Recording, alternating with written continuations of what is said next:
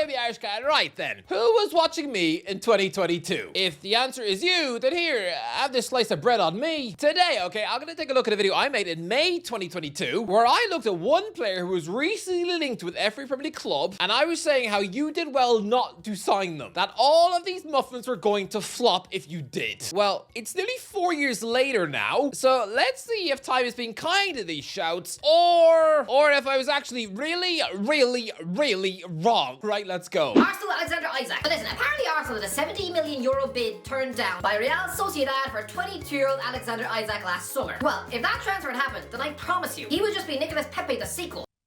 Nicolas Pepe, the sequel.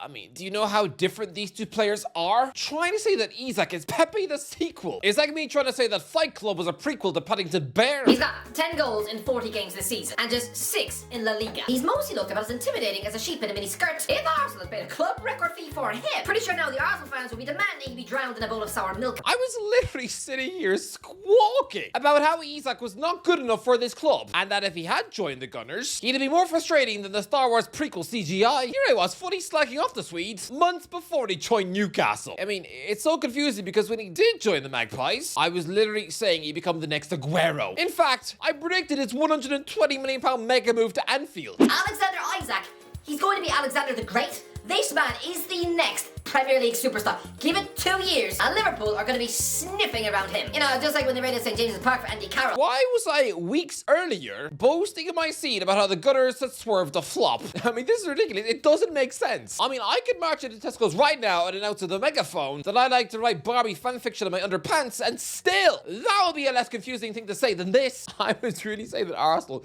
should have been relieved not to pay $70 million for Isak back in the time where I thought his name was Isaac. I couldn't even get his name right. Yeah. If the Gunners had signed him from Sociedad, I promise you, they'd be Premier League champs by now, and I wouldn't hate it, because he would have never come to Newcastle. And he'd right now be held up as the modern day Henry. But no, we did sign him, and right now, whenever I see his face, it feels like I've just had my ear bitten off by a zombie Teletubby. This one's off to a terrible start. I'm 1-0 down. Aston Villa, Mikkel Damsgaard. Remember Mikkel Damsgaard? Christian Eriksen's replacement for Denmark utterly blew Euro 2020 out of the water for about 2 weeks. Suddenly this man was linked to every ambitious club in Europe, including Aston Villa. Damsgaard has played 10 games for Sampdoria this season. And Damsgaard, 2 goals in 2 seasons for Sampdoria. Steven Gerrard would sooner cut up his old mate Jermaine Pennant. I was really trying to say that Mikkel Damsgaard was a one-tournament wonder, and that Aston Villa swerving his signature was about as sensible as choosing not to let a hungry wolf sleep in your bed. Yeah, whoops. It's funny how in this video I literally called him Christian Eriksen's replacement in Denmark, because that's exactly who he then replaced at Brentford just a few weeks after I made this video, and Damsgaard has largely been fantastic for the Bees. Sure, I mean, his goal return is still pretty feeble. In fact, his stats are uglier than naked hamsters. Just 4 goals in over 100 games for the Bees. That is pretty revolting for an attacking midfielder. However, I was saying that he was just some limp sick note who'd spend the rest of his career struggling to squirm his way back onto the pitch. Yeah, he's only missed 2 games of football since the start of last season. One of them because he was sick, and the other one because his wife gave birth. I think that's an understandable doctor's note. Just like his hair, his injury problems are magically gone, which is some sort of minor miracle. It's been a miraculous turnaround. I'm half suspecting he might have swapped his nurse for a fairy godmother. And if he had gone to Villa Park, then yeah, I think he would have been an absolute utter midfield gem. Him playing on Ollie Watkins every week, cute little passes. Are you kidding me? This was a terrible shout. Me saying that Villa should be happy not to have landed Damsgaard for £12 million. He'd have been a better signing than Buendia, considering he cost nearly 4 times the price. Oh, lads, this shout is about as insane as me running into McDonald's and telling everyone that all the burgers are bugged. Just what? Please tell me this video doesn't get any worse. Brentford, Keane Lewis Potter. You know what? This is a controversial one, because Brentford did table a £12 million bid for a Hull City winger Keane Lewis Potter in January, who could well be the next Jared Bowen. Lewis Potter scored 13 goals for Hull this season, and he looks good. But Brentford have had an almost perfect last 6 months. And Lewis Potter would have been unnecessary. Yeah, I was saying that Brentford dodged a bullet by not signing Keane Lewis Potter from Hull. Yeah, 2 months later, they signed Keane Lewis Potter from Hull, and he squeezed nearly 100 matches into 3 seasons, and he's looking like a fairly decent left-wing back. You know, though, every time I'm reminded of this player's existence, I do feel a little bit like when you remember that you once barfed in a girl's face at school, because go back a couple of years when I was being quizzed by Pingu on his channel, he was asking me to list footballers whose first names could also be a surname, and, well, play the clip. Keane is a first name. Is it? Yes. Roy Keane. Keane is a first. I'm pretty sure Keane is a first name. Keane a first name? What was, okay, go on, take a point. We can look it up after, but I'm pretty sure there must be someone with Keane as a first name. Yes, Keane Lewis Potter, and I still didn't get the point. Doesn't that just make you feel like wanting to beat Pinko to death with fish fingers? Or maybe that's just me. But yeah, I mean, this KLP bashing was pointless because Brentford did sign him and he's been fine. That's right now. I'm 3-0 down. Brighton Dele Alli. Yeah, believe it or not, Dele Alli was heavily linked with Brighton and Hove Albion in January. Aussie, right now, the likes of Alexis McAllister, by comparison, make Ali look every inch the modern day Danny Guthrie. And anyone remember who he was? Exactly. Yes, 3-1. We're back on the scoreboard because, yeah, back in 2022, this one looked like a rogue shout. Me saying that Brighton and Hove Albion were right to dodge a 26-year-old Dele Alli. It was a shout, but, yeah. Alexis McAllister has since gone on to win the World Cup, Copa America, and the Premier League, while Ali is sadly unemployed after failing at Everton, Besiktas, and Como. He said last year that he's got a daily reminder on his phone for the 2026 World Cup. Oh, please tell me he's changed his alarm, because I can only imagine getting that alert every time you're sitting on the couch munching chips. It must be about as cruel as getting a live stream of your ex-wife on Valentine's Day. I feel bad for Dele, but ultimately, I was right, because that Brighton midfield alone, the competition he would have been up against in 2022. Those players have since joined Liverpool, Dortmund, Napoli, Spurs, and Chelsea twice. Yeah, he'd have had less chance of scraping game time under De Zerbi, as I would of marrying a Smurf. So yes, 3-1. Burnley, Christian Benteke. Remember when Newcastle stole Chris Wood from Burnley mid-January? But to be fair, somehow this club managed to replace Wood with Wout Weghorst, a much better footballer. I mean, they just have to resist signing their first choice, Christian Benteke from Crystal Palace. I mean, sure, he's a battering ram, yes, but he's also a Neanderthal lump of meat, allergic to scoring goals. You know what? No. I was saying that Burnley signing Christian Benteke from Crystal Palace would have been an embarrassment. Yeah, I mean, he's since left Crystal Palace to become an MLS megastar, winning golden boots. He's ripping it up in a league where a world champ like Giroud failed. But, lads, Burnley went down in 2022 after failing to adequately replace Chris Wood after Newcastle stole him in January. In what was just the meanest character arc of Eddie Howe's entire life. Seriously, pinching Wood just to weaken a relegation rival. It was so shockingly evil. Honestly, it's like if in the X Factor final, one of the mugs off JLS had poisoned Alexander Burke's tea before the show. And look, Burnley signed a goal-shy misfit clown like Wout Weghorst instead, and it didn't work and you went down. I'm not saying Benteke would have been that much better, but he might have given you a better chance to stay up. But which is even more bewildering how Weghorst then upgraded to Man United. Seeing Manchester United desperately signing a Burnley flop, it really would be about as tragic as seeing Katy Perry having her birthday meal in an airport Burger King. So this one, I don't know. I'm not going to give myself a grade either way. It could have worked, or it could have not. Chelsea, Leivin Kurzawa. What were Chelsea thinking? 4 months ago, Thomas Tuchel wanted left back cover, and so tried to sign Leivin Kurzawa from PSG. This is a guy who should be signing for Galatasaray or LA Galaxy, not sniffing out a move to the current champions of Europe. Phew! This one absolutely makes sense. I was kind of worried who I would pick for Chelsea. I thought I might be about to say something like, oh, Moisés Caicedo was going to be a fat orange if he joined. But no, it's Leivin Kurzawa, the PSG bad boy left back, who actually did wind up in West London after this video, joining Fulham on loan and barely played, and now just sits on the Boa Vista bench in Portugal. If he joined Stamford Bridge, he'd have been a joke. So yeah, this one was okay. 3-2. Crystal Palace, Donny van de Beek. Now, on the face of it, Donny van de Beek at Crystal Palace seems like a massive coup, right? But I think we need to realise now that this man is just not suited to the Premier League. Yeah, pretty much. Look, it was a bit of an out there shout to say that a recent Ballon d'Or nominee would not be good enough for Crystal Palace. But I'm right. I mean, Donny van de Beek literally at Real Madrid on the phone when he was at Ajax. But he's since seen his career fall face first into a puddle of goo. He would have been replacing an all-action Conor Gallagher in Palace's midfield, which would have been like swapping your beloved Labrador for a broken Tamagotchi. DVDB has since choked at Everton, Frankfurt, and now he's 28 and in the treatment room for a struggling Girona on course for an embarrassing relegation. Palace were absolutely right to steer clear. 3-3. Everton, Daniel Jefferson. Oh, Everton, how easily led are you? This time last year, Sheffield United were nicking a 1-0 win at Goodison Park with teenage forward Daniel Jefferson scoring the winner.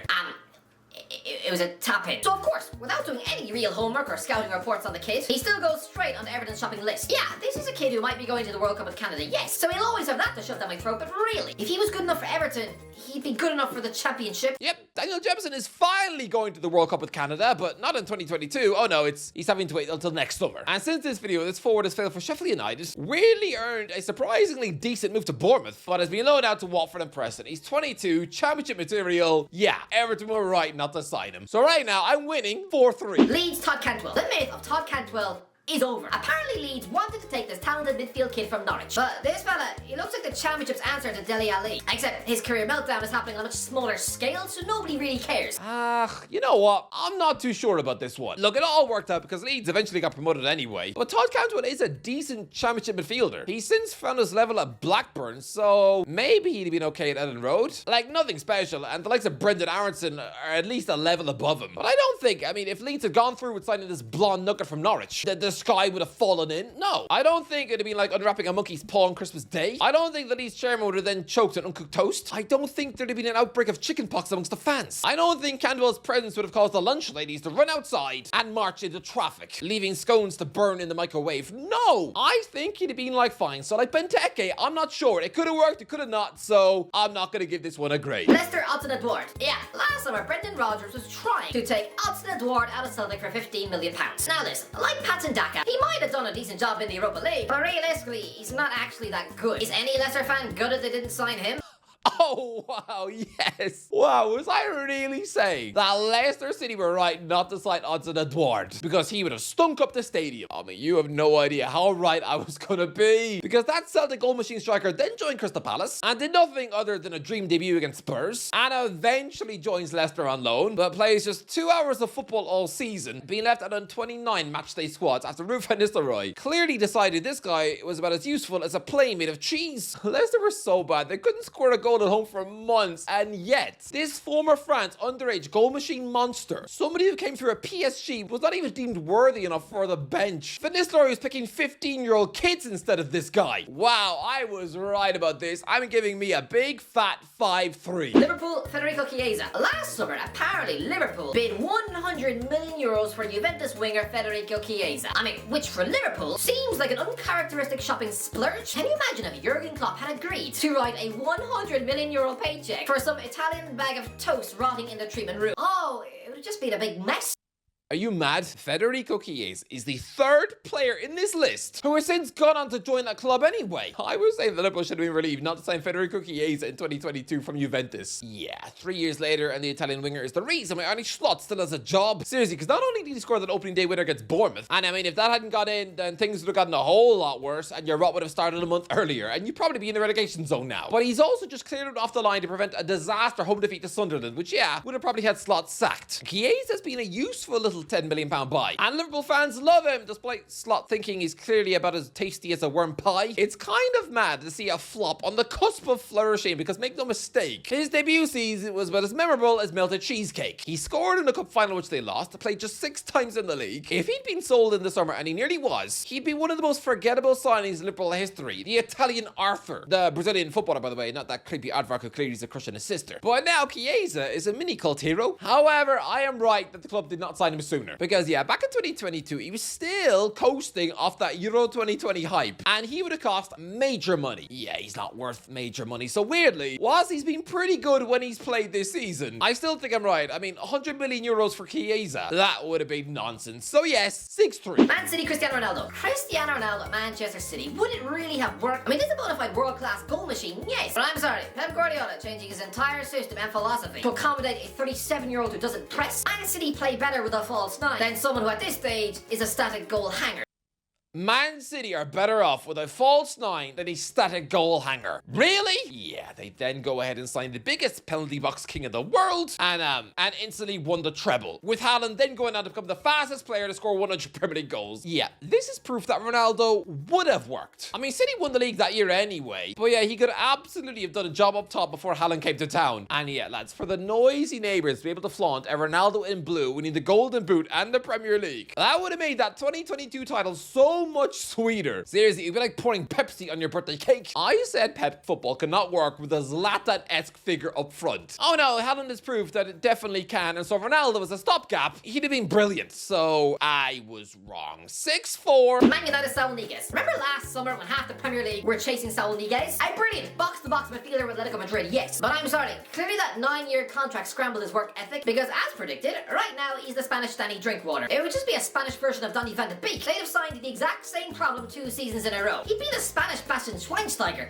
And no, that's not a compliment. Yeah, Saul Niguez's career fell off a bridge. I'm not sure what happened. Clearly, Diego Simeone must have just fully burnt him out after picking him every week in an intense midfield for years and years and years. But yeah, he steps out for a horrible loan spell at Chelsea, but then goes back to Atletico to cram in a further 87 matches into just 2 more seasons in Spain, which is really weird. It's like when a former Atletico Madrid monster like Radamel Falcao, he left Monaco to stick up the place on loan at Chelsea too. Everyone assumes he's finished and done, but no. He then returns to Monaco better than ever, scoring bucket loads every week. But look, Saul has since had an embarrassing nightmare loan spell at Sevilla, where he nearly got a big club like them relegated. And now at 31 years of age, he's out in Brazil with Flamengo, where to be fair, he just won the Copa de Libertadores, so fair play Saul, although he didn't play a minute in the final. Would he have been a good Man United buy? Probably not. Because if there's one thing we've learned after Varane and Falcao, if big stars fail at Chelsea, they'll probably fail at Man United too. So yeah, I was right, 7-4. Newcastle Jesse Lingard. And I'm sorry, Newcastle fans would rather value the work rate of Ryan Fraser and Miguel Almiron in a relegation battle rather than a colossal ego like Jesse Lingard, who moans and whines about not getting applauded off the pitch. Honestly, Lingard is not the footballer Newcastle need right now. And so yeah, his signing would have been a disaster. Oh, lads, this is the best shout in the list. It actually seems mental that the same month that Newcastle signed future legends like Burn, Bruno, and Trippier, they also tried to move buildings to bring in Jesse Lingard on loan. Yeah, considering he'd soon be earning stupid money at Nottingham Forest, then the club would have probably promised to make him one of the highest earners on £120,000 a week. Man United were demanding that this proposed loan also came with a £12 million survival bonus if Newcastle stayed up, which is all sorts of proof that Man United were living in Crazyville. Was this just to get back at Newcastle for quoting them 50 mil for Longstaff? Okay, lads, things were so bleak on Tyneside back then that this was an actual headline from the media trying to justify this madness. Lingard deal worth 100 million if Newcastle stay up. 100 million for Jesse Lingard? As if Newcastle needed J-Links to stay up when they had Bruno and Morris in midfield. Are you mad? Yeah, instead the Magpies back away from the deal and stay up with ease. Lads, Eddie Howe is all about bringing in hungry characters, so why on earth was he ever entertaining a chunky J-Link, someone who probably lives on Snapchat? Yeah, because he since got off to fail at Forest and is now just a bunny rabbit lost in shoal. I mean, I'm trying to imagine a world where Eddie Howe is picking a team with Maxi and J-Links on the wings. 2 guys who are the opposite of what he wants. I know it was only ever going to be a loan deal, but oh no. Lingard would have been a disaster signing. Seriously, bringing a party boy influencer into a relegation dogfight, it would be about as appropriate as inviting a clown to a funeral. And the fact that I made this shout before he failed at Nottingham Forest, I'm pretty proud of this one. 8-4. Norwich, Adam Armstrong. Norwich had a 15 million bid rejected by Blackburn Rovers for striker Adam Armstrong last summer. I mean, he went to Southampton instead. 2 goals. Armstrong would have been a £15 million stain on Norwich's season. Even Dwight Gale would have been a smarter signing than him. Lads, Adam Armstrong's career is hilarious. This is someone who will bag the goals to get Southampton up, but then will be typically useless in the top flight every single time, and secretly hoping they can just hurry up to get relegated again so he can go back to scoring every week. How is the Geordie striker this good in the Championship but so bad in the Prem? However, for that reason, I think Norwich should have signed him actually, because they haven't been seen in the Premier League since this video, failing to get promoted 3 years in a row, and now are on course for an embarrassing relegation back to League One. Sure, Armstrong wouldn't have helped them stay up in 2022, no, but he would have probably got them back up in 2024. You know, when they finished 6th under David Wagner, the difference between Southampton and Norwich going up that year was Armstrong's goals. So actually, I'm probably wrong. 8-5. Southampton, James Hill. Go back to January and Southampton were leading the race to sign promising young English centre-back James Hill from Fleetwood Town. Finally, someone to replace Yannick Vestergaard, right? And instead he goes to Bournemouth for £1 million. I mean, it's not like he's 16. He turns 21 next season, and yet he's currently rotting away in the attic. No, I'm wrong. James Hill has since grown up to be a very decent defender for Bournemouth. A useful squad player, could play either centre-back or right-back, so if he's good enough to make Andoni Iraola's bench, he would have absolutely been a brilliant £1 million signing for Southampton, especially considering the defence last season was awful. West Ham, Eden Hazard. West Ham could not resist, could they? Apparently, a mid-season big money bid for Eden Hazard. It doesn't take a genius to realise this man would have been a disaster. This man is so injury-prone, it's actually bordering on disbelief. West Ham do not want this version of Hazard. He is the opposite of Jared Bowen or Simon Rama. You know, footballers hungry for success. Yeah. When I made this video, £100 million Eden Hazard had just 10 games of football left in his tank before retiring in 2023. Lads, it's probably an absolute dream for most players to retire as a Real Madrid footballer. Only a select few ever get given that honor. Even club legends like Ronaldo, Casillas, Ramos, Raul, Roberto Carlos, Modric, Marcelo, the other Ronaldo. They've all had to go and retire elsewhere. The only way you get bestowed with the ultimate honor of seeing out your final days at the Bernabeu is if you retire young, like Zidane Zidane and Cruz, who both called it a day at 34. I mean, Gareth Bale retired very early, but even he had to call it quits in America. For Hazard to retire at Real Madrid, he's technically living out everyone's dream on paper. It makes it sound really nice, but the truth is he just retired stupidly young at 32 at the end of his monster Real Madrid contract as a £100 million flop. It's such a shame he's addicted to Burger King, because even now, he should still be playing more than just Soccer Aid matches at 34. And yeah, he'd have been an expensive West Ham disaster. 10-6. Wolves, nobody. Yeah, the only player Wolves really wanted to sign this season was Benoit Badiashile from Monaco, an exciting young centre-back, and he would have been a good signing. Yeah, for what it's worth, Benoit Badiashile would have been a brilliant Wolves buy. Anyway, that's the end of the video. Let me know what you think. How wrong was I? How right was I? Let me know in the comments. Enjoy the video. Don't forget to connect with ways. I'll talk to you in a while.